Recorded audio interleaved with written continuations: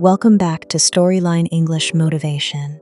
Today, we bring you the incredible story of a boy who didn't invent a revolutionary technology, didn't become a movie star, and didn't inherit unimaginable wealth.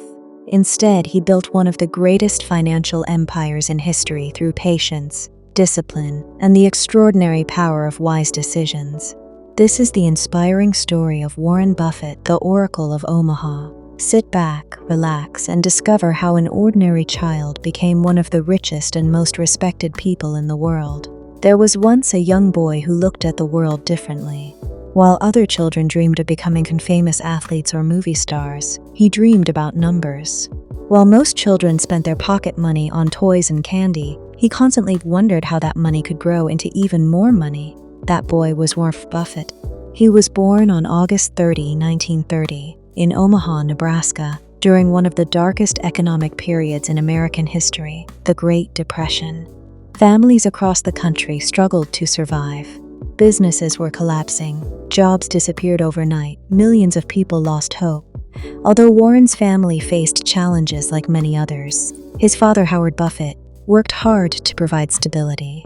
Howard was a stockbroker and later became a congressman. Watching his father discuss businesses, markets, and investments sparked Warren's curiosity at a very young age. Unlike most children, Warren loved numbers more than games. He could memorize prices, calculate profits in seconds, and constantly searched for opportunities to earn money. By the age of 6, he had already discovered something powerful. He bought 6 bottles of Coca-Cola from his grandfather's grocery store. Instead of drinking them himself, he sold each bottle individually to neighbors for a small profit. The profit wasn't huge, but the lesson was, money could work. That simple realization would shape the rest of his life. Soon after, Warren started selling chewing gum, magazines, and soft drinks around his neighborhood. Every penny mattered to him. Instead of spending his earnings, he saved almost everything. Most children counted toys. Warren counted dollars. As he grew older, his fascination with business became stronger. He constantly read newspapers, especially the stock market pages. While other kids enjoyed comic books, Warren enjoyed financial reports. His family often laughed at his unusual hobbies. But Warren wasn't trying to be different. He was simply fascinated by how businesses grew. At the age of 11, Warren made his first stock investment. He bought 3 shares of Citi Service preferred stock for $38 per share. Soon after buying them, the price dropped dramatically. He felt nervous, scared. Had he made a mistake? Eventually, the stock climbed to $40. Excited, Warren sold it quickly for a tiny profit. But then something incredible happened. The stock continued climbing. It eventually reached over $200 per share. That painful experience taught him one of the greatest lessons of investing: patience. Years later, Warren would often say that his biggest investment mistakes came from too early, rather than buying too late. This lesson stayed with him forever. During his teenage years, Warren became obsessed with building wealth. He delivered newspapers before sunrise every morning. His route covered miles across the city. Rain or snow didn't matter. He never missed deliveries. The income from those newspaper routes was impressive for someone his age. Instead of wasting it, Warren invested nearly everything. Before finishing high school, he had already accumulated savings worth thousands of dollars. For most teenagers, that seemed impossible. For Warren, it was only the beginning. When he was just 14 years old, he purchased farmland using money he had earned himself. He didn't farm it personally. Instead, he rented it out to local farmers and earned passive income. Without realizing it, Warren had already learned another powerful principle: own assets, let them generate income, then reinvest that income. This cycle would eventually make him one of the richest people on earth. Despite his success, Warren remained surprisingly humble. He didn't care about showing off. He didn't chase expensive clothes. He wasn't interested in impressing people. His focus remained simple: learning, reading, thinking, growing every single day. By the time he finished high school, Warren had earned around $5,000, a remarkable amount during that era. But there was one problem. His father wanted him to attend college. Warren wasn't excited. He believed he had already learned enough through experience. However, after discussions with his family, he enrolled at the University of Nebraska. Even there, his habits remained unusual. Instead of attending parties, he spent countless hours reading business books. While classmates socialized, Warren searched annual reports for investment opportunities. Books became his greatest teachers. He once said that reading hundreds of pages every day gave him an enormous advantage. Knowledge compounds, just like money. Eventually, Warren discovered a book that completely changed his life. It was The Intelligent Investor by Benjamin Graham. Every page felt revolutionary. Benjamin Graham taught investors to buy wonderful businesses for less than they were worth. Ignore emotions, ignore market panic. Think like an owner, not a gambler. Warren became obsessed. He knew he had found the mentor who understood investing better than anyone else. Determined to learn directly from Graham, Warren applied to Columbia Business School, where Graham taught. It became one of the most important decisions of his life. At Columbia, Warren absorbed every lesson. Benjamin Graham wasn't simply teaching investing, he was teaching rational thinking, discipline, patience, logic, principles that would define Warren Buffett forever. After graduating, Warren desperately wanted to work for Graham. At first, Graham rejected him. There were no positions available. Many people would have accepted defeat. Not Warren, he continued learning. Eventually, Graham changed his mind and hired him. For Warren, it felt like a dream coming true. Working alongside the greatest investor in the world gave him priceless experience. Every investment decision became another lesson. Every conversation sharpened his thinking. He wasn't chasing quick profits. He was building wisdom. Years later, Warren returned to Omaha. Many people questioned his decision. Why leave Wall Street? Why return to a quiet city? Because Warren believed great investing required clear thinking, not glamorous offices. Back home, he began managing money for family members and close friends. People trusted him, not because he made bold promises, because he stayed honest, disciplined, patient. His partnership steadily produced extraordinary returns, year after year without unnecessary risk. His reputation spread quietly. He wasn't seeking attention, he was producing results. As his confidence grew, Warren noticed a struggling textile company named Berkshire Hathaway. Its business wasn't particularly exciting, in fact, it was declining. But the stock traded below what Warren believed the company was worth. He began buying shares. Originally, he planned to make a simple investment, but disagreements with management changed everything. Instead of selling, Warren decided to take control. He bought more and more shares until he owned the company. That decision transformed history.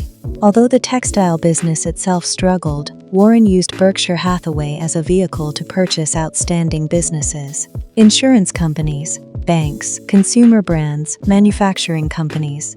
One by one, Berkshire evolved into a giant investment empire. Yet Warren's philosophy never changed. Buy great businesses, hold them for decades, allow time to work its magic. While others chased excitement, Warren embraced patience. While markets panicked, he stayed calm. While others followed crowds, he trusted careful analysis. People slowly realized something remarkable. This quiet man from Omaha consistently outperformed many of the world's most brilliant investors, without arrogance, without drama, without shortcuts. His wealth continued growing, not overnight, but year after year, decision after decision, investment after investment. People started calling him the Oracle of Omaha. His predictions weren't magic. They were built upon preparation, discipline, and decades of learning. The financial world had begun to notice.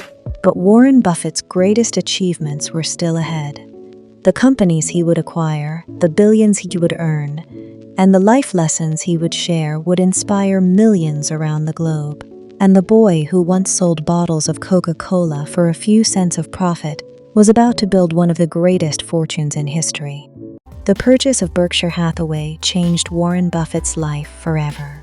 What had once been a struggling textile company slowly transformed into one of the most valuable companies in the world. Warren understood that the future wasn't in textiles. It was in owning outstanding businesses run by honest, capable people. He began investing in companies with strong brands, loyal customers, and long-term potential. While many investors chased the latest trends, Warren remained patient. He often said that the stock market is a tool for transferring money from the impatient to the patient. Over the years, Berkshire Hathaway acquired stakes in some of the world's most successful businesses. Every investment reflected the same principles Warren had learned from Benjamin Graham: buy quality, pay a fair price, and hold for the long term. As the years passed, Berkshire Hathaway's value grew beyond what anyone had imagined. Investors from around the world traveled to Omaha every year to hear Warren Buffett speak. The annual shareholders' meeting became known as the Woodstock for capitalists. Despite becoming one of the richest people on Earth, Warren never changed his lifestyle. He continued living in the same Omaha house he had purchased in 1958. He preferred simple meals, enjoyed drinking Coca-Cola, and spent most of his day reading books, newspapers, and annual reports. People were amazed that a billionaire chose simplicity over luxury. But Warren often explained that happiness doesn't come from owning more things. It comes from doing meaningful work, surrounding yourself with good people, and making wise decisions over time. One of his most famous pieces of advice was, "The best investment you can make is in yourself." He believed knowledge compounds just like money. Every book you read, every skill you learn, and every experience you gain becomes an investment that no one can take away. Warren also became known for his integrity. He believed that trust takes years to build and only minutes to destroy. His reputation became one of his greatest assets. As his fortune reached tens of billions of dollars, people wondered what he would do with so much wealth. Then came one of the most extraordinary decisions of his life. Instead of keeping his fortune for himself, Warren pledged to give away the vast majority of it to charitable causes. Along with his longtime friend Bill Gates, he helped launch the Giving Pledge, encouraging many of the world's wealthiest people to donate most of their wealth to improve the lives of others. For Warren, true success was never measured only by money. It was measured by character, by trust, by relationships, by making a positive difference. Young entrepreneurs often asked him the secret to becoming successful.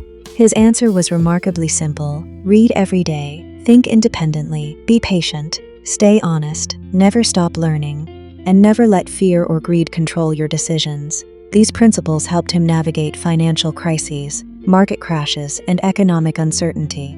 While others panicked during downturns, Warren looked for opportunities. He believed that difficult times often create the best long-term investments.